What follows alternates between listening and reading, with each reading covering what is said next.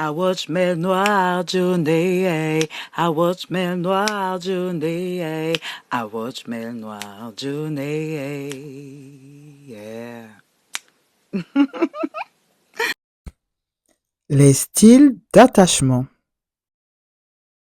Ça vient des parents. Alors, je vous explique.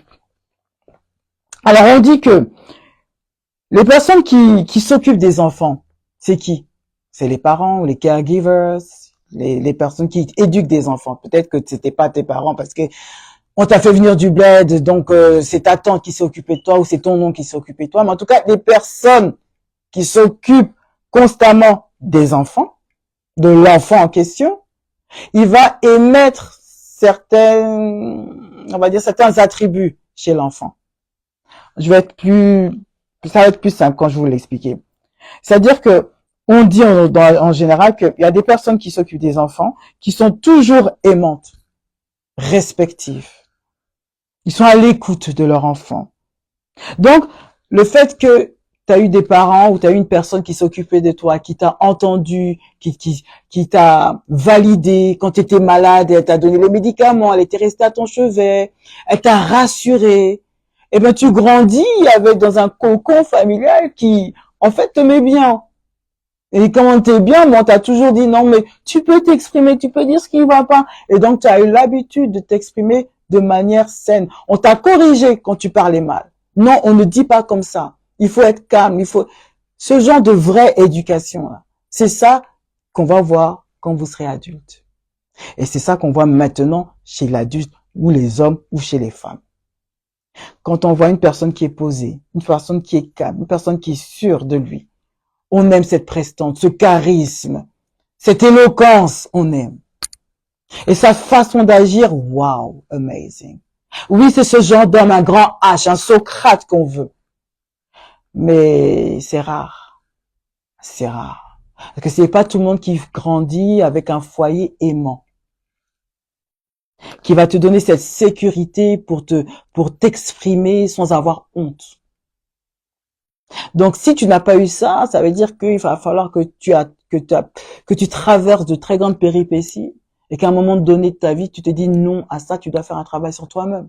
Vrai ou faux? Je vais revenir là-dessus. Donc, en grosso modo, quand on a eu des parents ou un cocon familial où on te laisse, on te corrige pour que tu puisses mieux t'exprimer, on te laisse la place pour que tu puisses dire tes sentiments ou avoir peur, on te valide.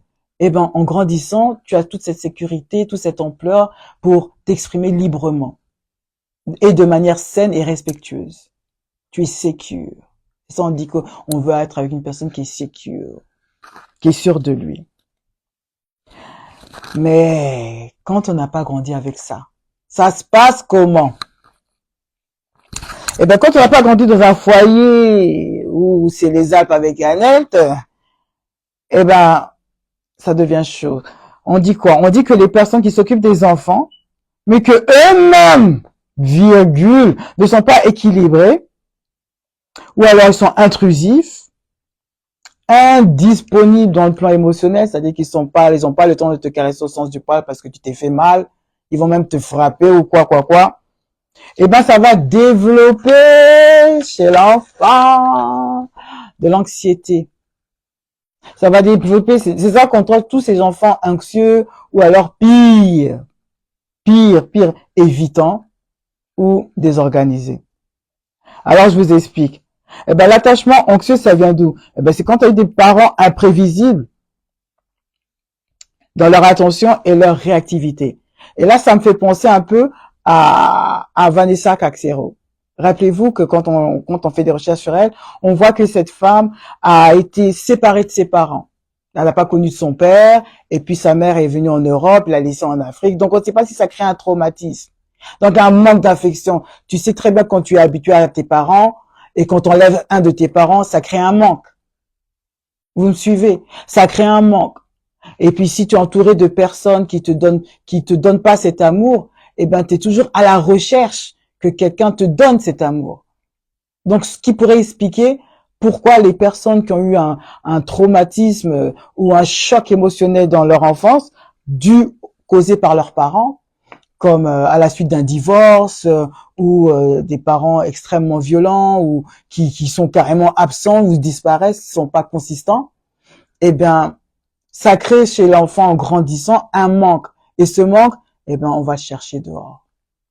On va chercher chez les hommes ou chez les femmes ou dans le sexe, dans le tout. Il faut combler cette émotion parce que tu l'as pas eu au sein de ton cocon familial en fait. Et ça développe cet attachement anxieux. Donc, tu as toujours besoin de ce réconfort, tu as toujours besoin que quelqu'un te valide, que quelqu'un soit avec toi. Tu es en mode recherche affective parce que tu n'as pas eu ça. Ce qui fait que tu as un penchant chez les hommes qui te blaguent. Oh, mais oui, tu as un penchant, il faut le dire, de le penchant de ça. Parce que tu recherches un manque que le gars doit t'apporter. Et puis, il y a des gens vicieux, voilà, les caxeros, des gens qui mettent tout dans l'apparence. Et puis, ils sont des serpents. Parce que au fond de eux-mêmes, ils vaut rien. Ils ont rien à t'apporter. Mais ils sachent que ce que tu recherches, ce que tu aimes, des futilités. Et comme toi, tu ne sais pas ce que tu aimes parce que tu attends qu'on te valide. Tu attends que, on te montre un peu d'affection. Ça veut dire qu'il m'aime. Tu vois, tu fais ta vie en fonction de l'autre. Parce que c'est comme ça, tu penses t'associer avec quelqu'un pour faire une relation. Et ça, c'est faux. Ce besoin affectif que tu vas chercher, il vient de ton enfance parce que tu n'as pas eu ce manque comblé par tes parents. Alors tu vas chercher ce manque-là chez l'autre. Une fois que l'autre te montre une petite chose, une petite attention, allez, c'est l'amour. C'est ce que j'ai toujours voulu. Ça, je vous explique.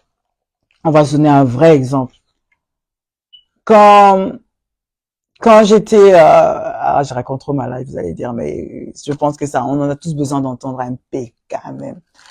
Quand j'étais plus jeune, par exemple, et que je suis venue à Londres m'installer, j'ai connu un Ghanéen et lui, il connaissait tout.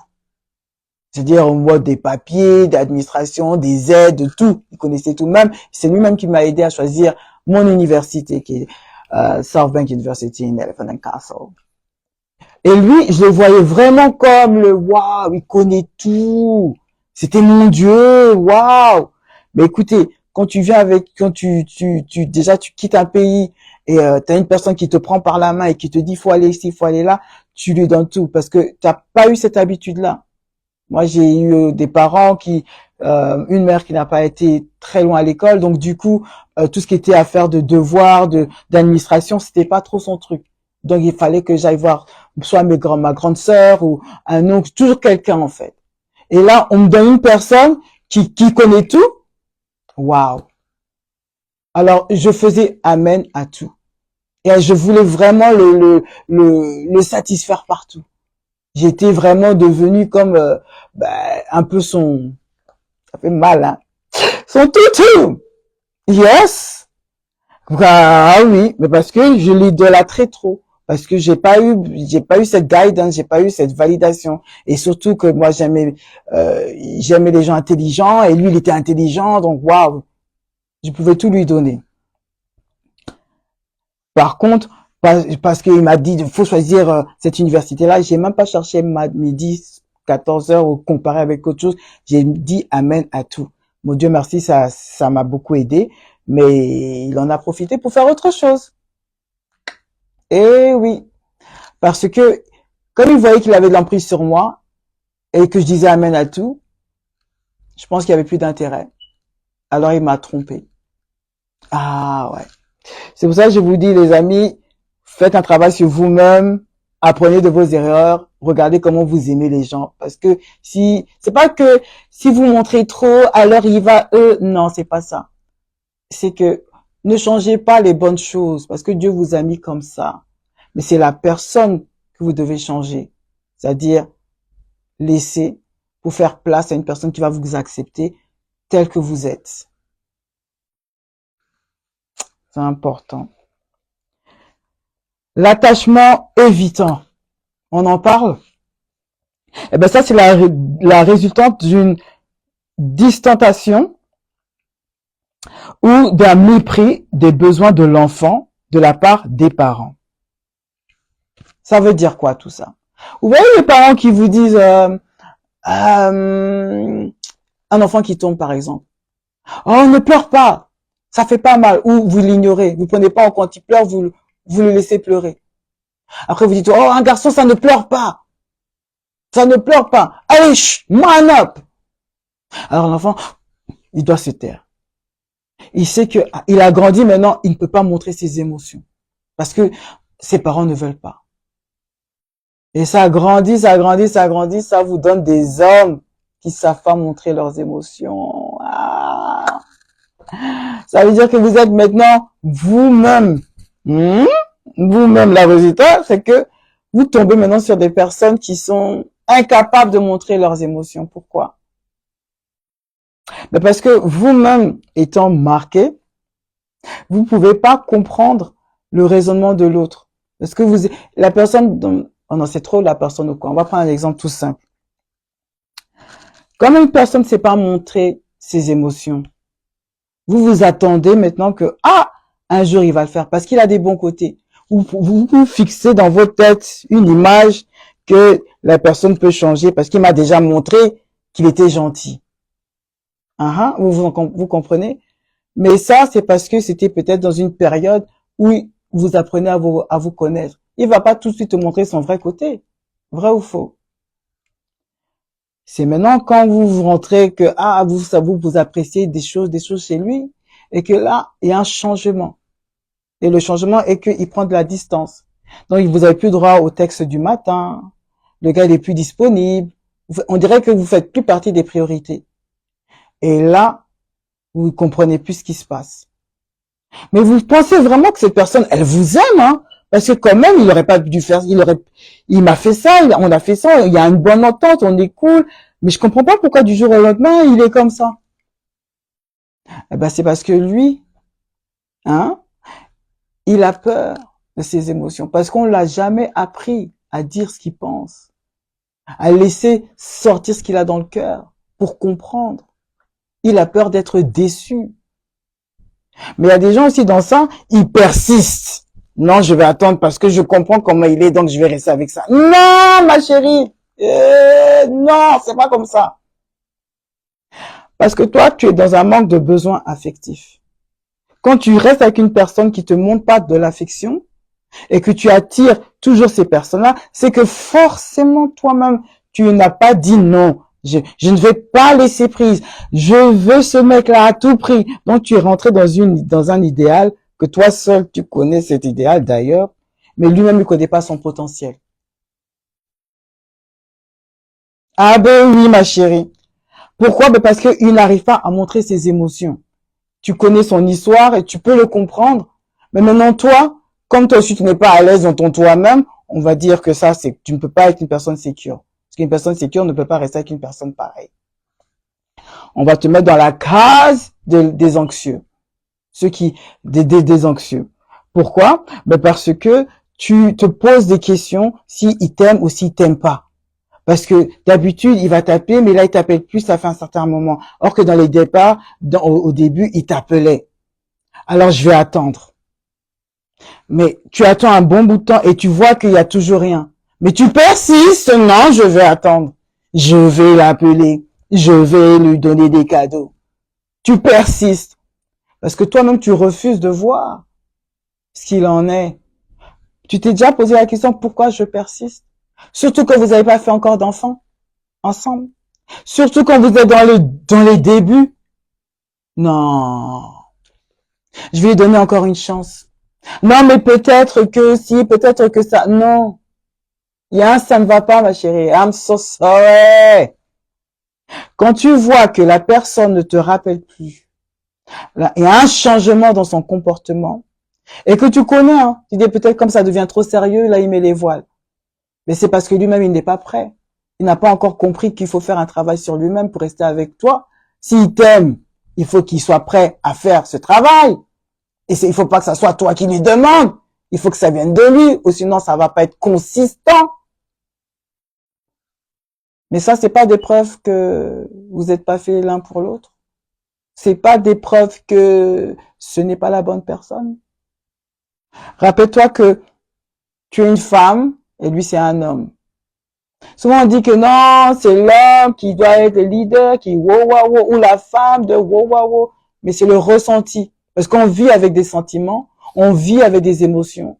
Donc c'est la manière dont on les gère avec la personne qui va nous permettre d'entretenir de bonnes relations entre nous. Vrai ou faux?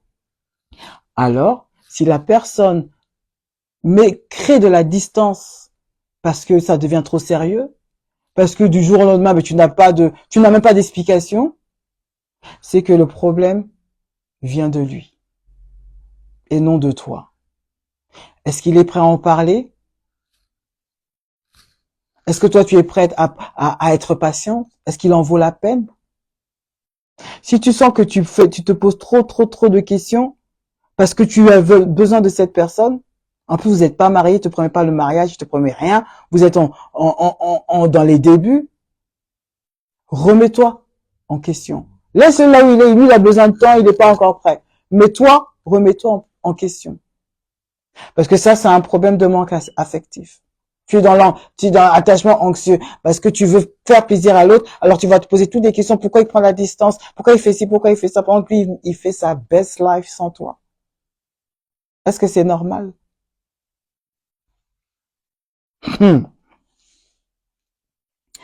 Pour l'autre personne maintenant, à l'âge adulte, il est dans le rejet. Il est tout simplement dans le rejet. Il ne veut pas se sentir dans une relation. Il est mal à l'aise. Pourquoi? Parce que c'est lui d'abord. Il y a des gens, ils font carrément, je vous jure, ils font carrément un travail sur eux-mêmes pour ne plus montrer leurs sentiments. C'est qui ça? Les blessés de guerre.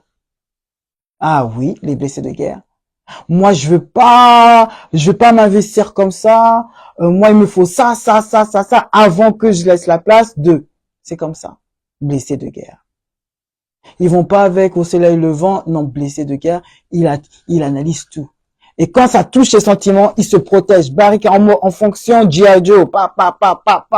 Je m'écarte. Comme ça, je ne veux pas souffrir. J'ai déjà vécu ça. Je ne veux pas que ça revienne. Non. Je ne veux pas dépendre de quelqu'un émotionnellement. Parce que tu t'es peut-être déjà rappelé d'un traumatisme crânien que tu as eu avec une autre personne. Et tu n'as pas fait le vrai travail, en fait, avec toi-même. Pour que tu puisses être saine avec cette personne-là. Alors tu préfères prendre la fuite parce que ça t'arrange, en fait. T'as pas besoin de te poser des questions. T'as pas besoin de rendre des comptes. T'as pas besoin de changer. Tu es bien dans ta merde, en fait. Yeah. Bon. Ça peut être de la merde pour les autres, mais ça peut être aussi ta forme de tranquillité. Mais je vous dis clairement, les personnes qui refusent de grandir, d'affronter leurs sentiments, de dire à la personne en face ce qu'il en est de leurs sentiments, c'est des personnes qui refusent de grandir. Parce que le développement personnel, là, il commence là. Il faut se développer, il faut grandir, il faut atteindre une certaine maturité pour pouvoir s'exprimer librement en face de l'autre personne, surtout une personne que l'on aime. Ne pensez pas que c'est se protéger et être selfish de se mettre que soi en avant. Non, c'est une forme, je vous dis, c'est dans les livres ici, aïe, d'un manque d'estime, un manque de confiance en soi. Tu peux être bien au niveau professionnel. Parce que souvent, attention, les personnes qui ont un attachement avoidant, attachment, une personne qui a un attachement évitant, ils sont très indépendants. Ah oui, ils veulent pas dépendre des gens. Alors, ils sont très indépendants. Ils ont un travail, une très bonne position, ils sont même souvent managers, ils préfèrent manager une équipe. Il dépend, il faut que tout le monde lui donne ce respect-là, qu'il ait ce sens de contrôle. Ils aiment ça. Ils sont autonomes. Peut-être ils aiment même le one-to-one, ou ils aiment être en face de l'ordinateur et ils ont de compte à rendre à personne. Parce qu'ils sont leurs propres chefs, ils sont directeurs, ils sont wow. On dit pas non. Par contre, au niveau émotionnel, zéro. Parce qu'ils sont pas capables de gérer leurs émotions. Ils sont pas capables de canaliser, en fait, leurs émotions. Canaliser dans le sens où, si je dis à la personne que je l'aime, si je lui dis que j'aime bien être en sa compagnie, faut pas que ça me fasse peur.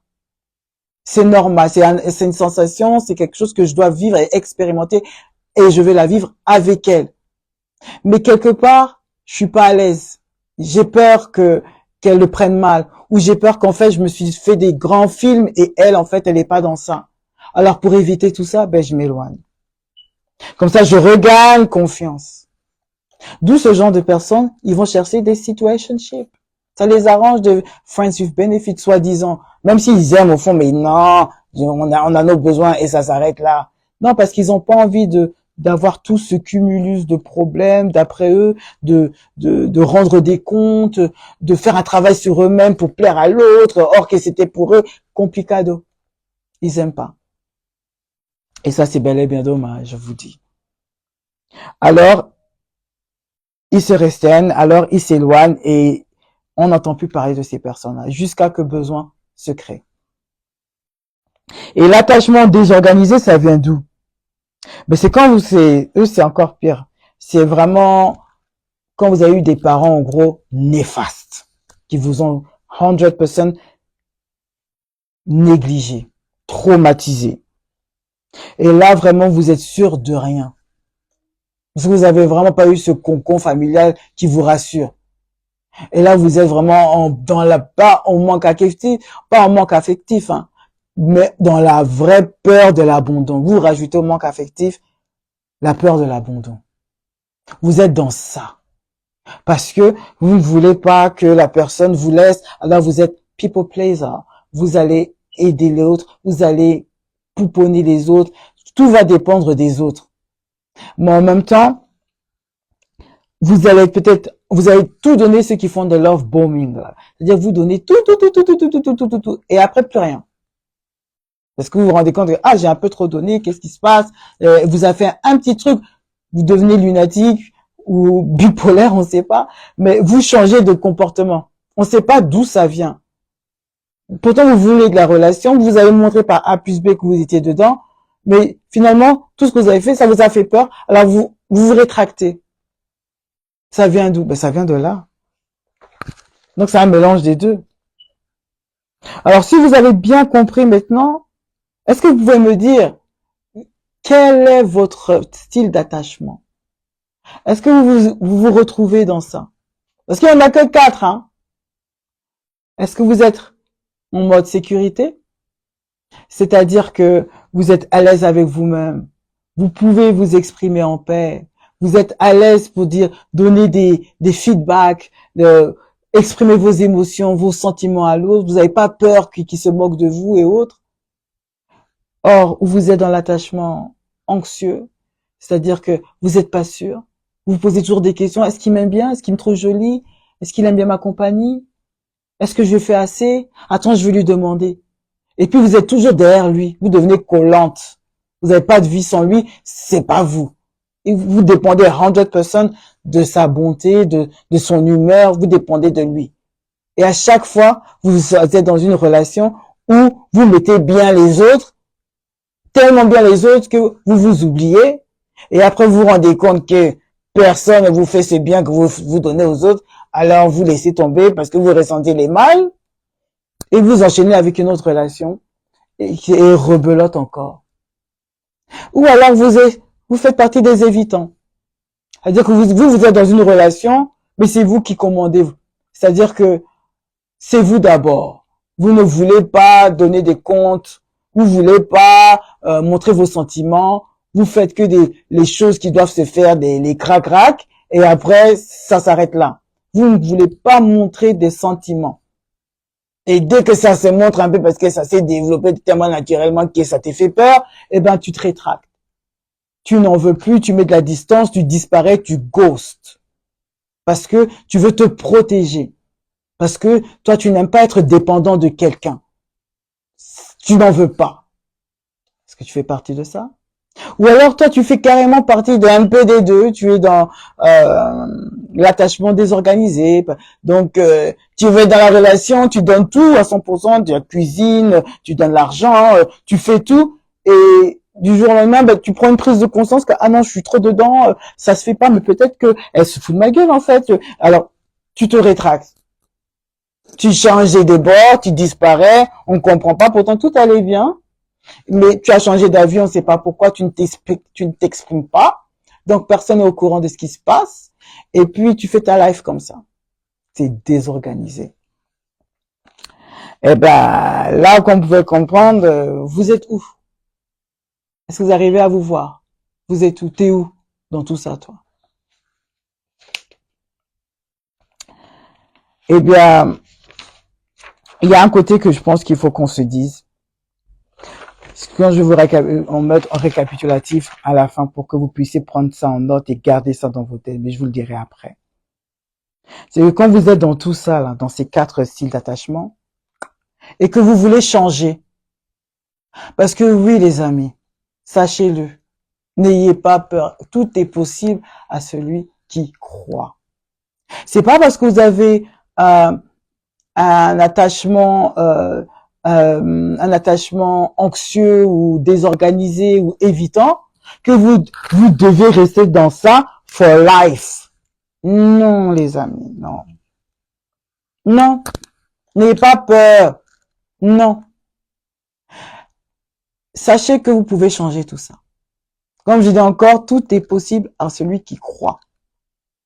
Ça veut dire que c'est vrai qu'il y a les séquelles du passé, de comment vous avez grandi, de votre environnement, X, Y, Z, name it. Mais il y a quand même vous.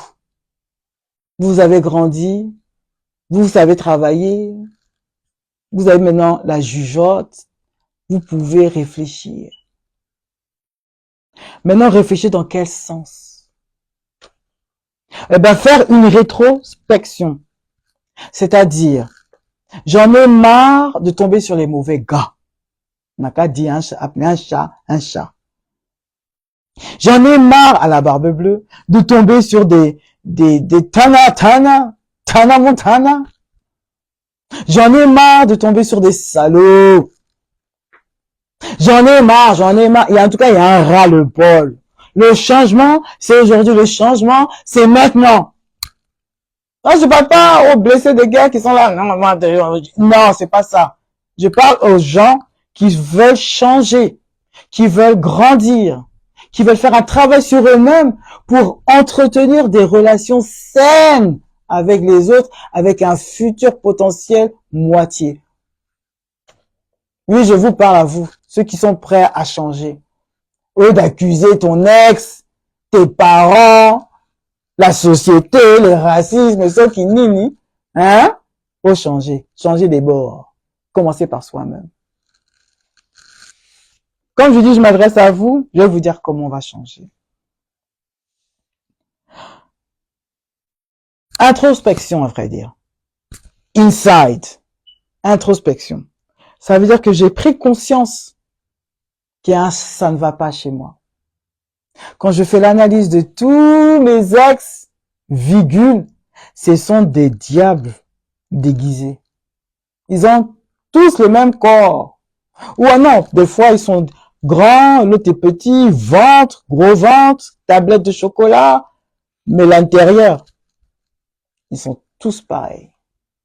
C'est quand on vous dit que ouais, vous êtes tous pareils, vous les mecs, ou vous les meufs, vous êtes tous pareils.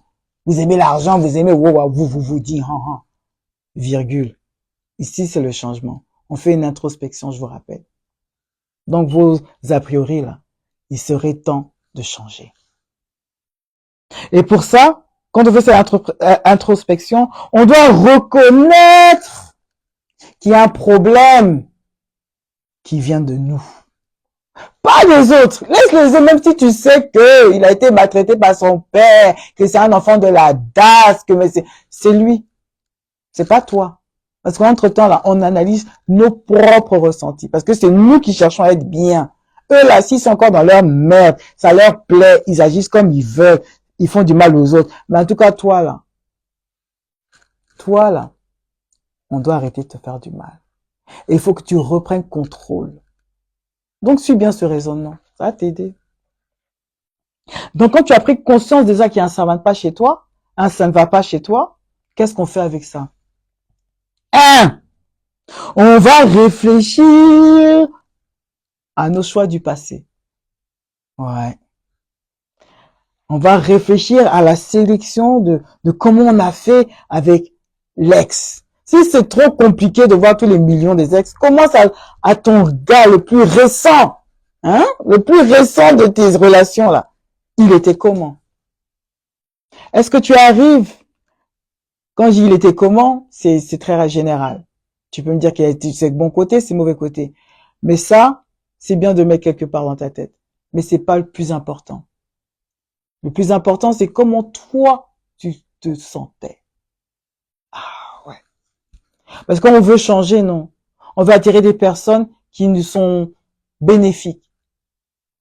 Alors oui, alors on doit se permettre de réfléchir à comment nous, on se sentait avec notre ex. Quand je dis réfléchir à le choix de sélection, c'est pourquoi j'ai choisi en fait cet ex-là? Qu'est-ce que j'aimais bien chez lui? Sa carrure, son physique à la Caxero, le physique, l'apparence, ok, fair enough. On a déjà tiqué. Mais comment je me sentais avec lui? En général, est-ce que je me sentais bien? Si je me sentais bien à cause de quoi? Il faisait quoi pour que moi je me sente bien? Là, tu as déjà une réponse. Peut-être parce que il te sortait beaucoup, il t'offrait beaucoup de cadeaux, t'aimais bien ces marques d'attention. Mais finalement, il a eu quoi? Un changement. Il a eu un changement, il a arrêté de faire tout ça. Il est devenu plus violent, il était plus avec les autres. Il y a eu ce changement-là. Et qu'est-ce que moi j'ai fait pendant ce changement? Ah ouais, j'acceptais. Je me disputais fort avec lui. Fort. Ah ouais, j'ai insulté ses parents. Ah ouais, j'étais anxieuse. À chaque fois, je me posais des questions, j'étais pas sûre de moi. En fait, il a mis, c'est comme s'il avait fait sortir toutes mes insécurités. Je me sentais plus belle. Quand je me vois dans le miroir, quand je vois les photos que quand j'étais avec lui dans les débuts et vers la fin de notre relation, il y a un grand changement. Ça me plaît pas. Je suis rentrée dans une grosse dépression et pourtant j'étais avec lui, je me sentais seule. Tu vois ce ressenti? Donc tu sens que tu te sentais seule à cause de lui. Tu sens que il a dit des mots qui t'ont blessé. Quel genre de mots? Ben, que t'étais physiquement pas trop bien. Il a fait face, il t'a mis tes insécurités en face des yeux. Ah ben, il y a beaucoup de choses qui viennent de toi, en fait. Qu'est-ce que je fais avec ça? Je les écris, je commence un travail. Il passait plus de temps avec les autres, donc moi, j'attendais d'être avec lui. Et je faisais quoi pendant ce temps-là? Ben, je faisais le ménage, je faisais ci, je faisais ça. Et là, c'est un problème. Alors, ça veut dire qu'il faut que j'apprenne à m'occuper toute seule. Ah oui, oui, oui, oui. Ah, ah, ah.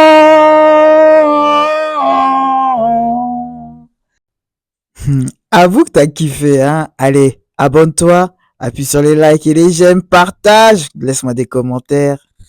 Vous, partagez, likez, follow me, Atmel Noir.